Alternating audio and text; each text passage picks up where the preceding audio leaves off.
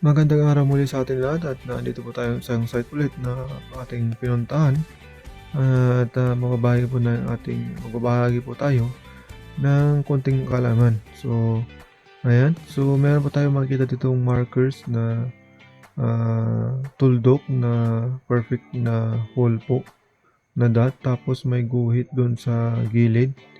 At nagsasabi po yan na may treasure sa right side. So, siyempre makikita natin na nagbibigay siya ng clue na yung treasure ay nasa right side. Okay? Doon pupunta po doon sa right side po natin. So, dyan po yan. So, pupunta po dyan. So, dyan banda yung treasure. So, doon banda. So, yan po yan. Yung ang interpretation po niyan base po sa aking nalalaman. Okay? So, dyan po yan. So, yun po yung isang clue natin na merong treasure na nandun sa right side. At ang next natin gagawin ay kailangan nating maghanap ulit ng iba pang marka na magtutukoy kung saan talaga yung exact na deposito. So, maghanap po tayo mga counter sign. At yan po, makita po natin nga yan na merong bato dyan na malaki na may eye marker, yan, papunta po doon. Okay, so doon ang tinuturo niya. At mapapansin natin yan, may meron ding arrow, yan, at isa rin po yun, parehas din po yung tinuturo niya. So, yan po, makakita na tayo ng mga clue. At kung makikita po natin yung bato na yan, pwedeng upuan yan sa taas po niyan at pwede mo pang higaan. Okay, so yan po yun. So, yan po yung isang nagbibigay ng clue kung saan ang direction yung paghahanapan natin ng deposito. So, ayan. Meron unti-unti na po tayong malinaw yung kung saan natin hahanapin yung deposito. So, makikita niyan, yan. Yung isang arrowhead din na yan. Yan yung face, yung marka ng mata. Okay, so eye marker punta doon. At mapapansin din natin yan yung arrowhead na yan ay punta rin po doon banda. So nakikita natin yon. Yan yung mga clue. At meron din tayong mapapansin dyan. Umakyat po tayo. Pero yan din, compass bearing po yan. Na nagtuturo pa rin doon sa may banda na yun, na deposit doon sa banda na yun, na doon po yung tinuturo niya. At the same time, tinungtungan po natin na upo tayo. At pag naupo ka doon sa part na yan, ay makikita mo yung side na yan, yung tinuturo pa ng arrow. At yan din, arrowhead din po yan, papunta sa direction na yan. So, iisa po yung tinuturin nila. At pag nahiga ka rin po dyan, at sinandal mo yung ulo mo, ay ang makikita mo ay doon pa rin sa area na yon. Okay, so doon pa rin. So yan, kaya yan po yung isang matibay na marker po natin na yung direction ng deposito ay papunta po doon. So yan, maganda doon, magandang higaan din yun. And then, so yan po yung direction at pupuntahan natin yung direction na sinasabi niya. Ayan, so dito banda, so ayan. At may napansin nyo akong malaking kahoy din dyan. Pero putol na. At tititignan po natin. At yan po. Yung bato na yun at isa yung direction na sinasabi niya papunta dyan hanggang doon. At malalaman natin kung saan yung tama po talaga na spot pagka meron pa tayong makitang ibang mga marka. Okay, so nabasyan po natin. At may nakita tayong bato doon sa dulo na kakaiba, parang kakaiba siya, kaya puntahan po natin yun. Pupuntahan po natin yun. At tignan natin kung ano ba yun. Okay, so pero bago natin puntahan yun ay pansinin po, tignan muna natin yung isang kahoy dyan na naputol at lumang luma na. Ito po ay hardwood, so matigas na kahoy. Kaya ginawa rin po itong marka. So makikita natin dyan yung ugat niya. Ayan yung ugat niya. Halatang lumang-luma na. at napakalaki po nung punong kahoy na yan at hardwood po yan. So matigas po yan, ginagawang haligi po yan ng tahanan nung unang panahon kasi matigas na kahoy po yan. So dark brown po yung kahoy po niyan. Okay, pag na chainsaw. So isa po yan sa magiging basehan po natin yung kahoy na yan kasi old po yan na napakalaki. At dito sa lugar na rin ay taray ko.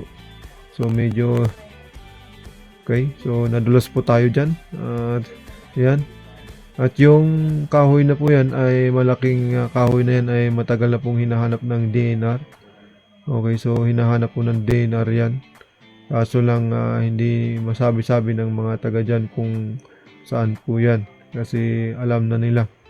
Kaya hindi po nila sinabi. So kung makikita natin yung compass bearing po niyan ay north po siya. So naka north po yung kahoy, south po yung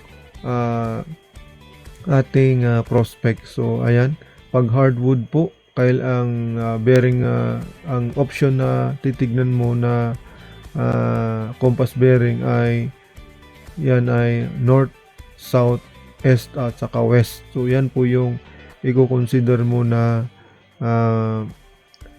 direction na pupuntahan mo. So anong pinakamalapit dun sa countersign na nakita natin na yun po ay north. So north po yung susundin natin kasi yun ang pinakamalapit dun sa countersign. Okay, isa yan. North o kaya ay bandang east pero malayo masyado yun. So north yun. So north ang pinakamalapit na pwede nating i-consider dyan. So papuntang north. So ngayon punta natin yung bato na ating nakita na pwedeng pagbasehan natin na marka. At yan nga po yun. At makikita po natin dyan yung isang yung tapyas na yan. At yung tapyas na po rin na yan ng bato na napakakinis na yan ay ang direction niya po ay papuntang west po. So yan, papuntang papuntang west. Okay, so yan po ay papuntang west. Okay, at nakapansin mo natin yung crack na yan ng bato na slash.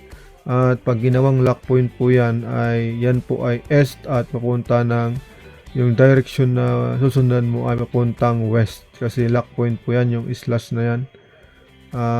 Slash po yan ay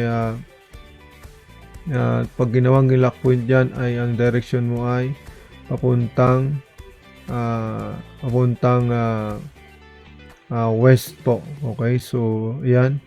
At makikita natin yan ay ang direction po ay papuntang west. Okay, so yan po. So yan po yung nagbibigay din ng clue natin. At nagkaroon na tayo ng countersign para masasabi po natin na yung deposito po talaga ay naandun na. So makikita natin na yung spot ng pinaka-eksaktong kung saan nakalagay po yung deposito. So ayan. At makikita natin dyan doon po na talaga. At pupuntahan po natin mamaya yung pinaka-spot talaga kung asaan yung deposito. At pag nakapuntahan natin, ang tanong naman dito ngayon ay ang ginawa ba nilang yung buried layout ba nila ay naka-shaft ba siya or direct under ba siyang hinukay or gumawa na naman sila ng tunnel. So yun yung pangalawang question dyan. So hindi porke yung niremap mo sasabihin mo na direct under na yan na dyan na mismo hinukay at dyan na tapos tinabunan. Hindi po. So ang isang option natin dyan ay hindi po direct under agad yun. So pwedeng direct under pero pwede din siyang tunnel. So yan yung ginagawa ng mga Hapon. So pagkatapos natin pong na remap po yan at dyan sa tinatayaan ko nga po ay sa bandang east side at yun sa sa west side pala. So okay, doon sa east side pala doon. So makikita natin yan, no? O east side po doon. At pagkatapos na remap ay ang tanong muli ay naka shaft ba siya or naka tunnel. So yun po yung aalaman natin pag ginamitan po natin ng ating aux manual detector. So maraming salamat po sa panonood. Subaybayan po ang ating next video. At salamat po sa pagsubaybay po sa atin. So yan po yung ating spot. Okay, so treasure spot. So maraming salamat po. And God bless sa ating lahat.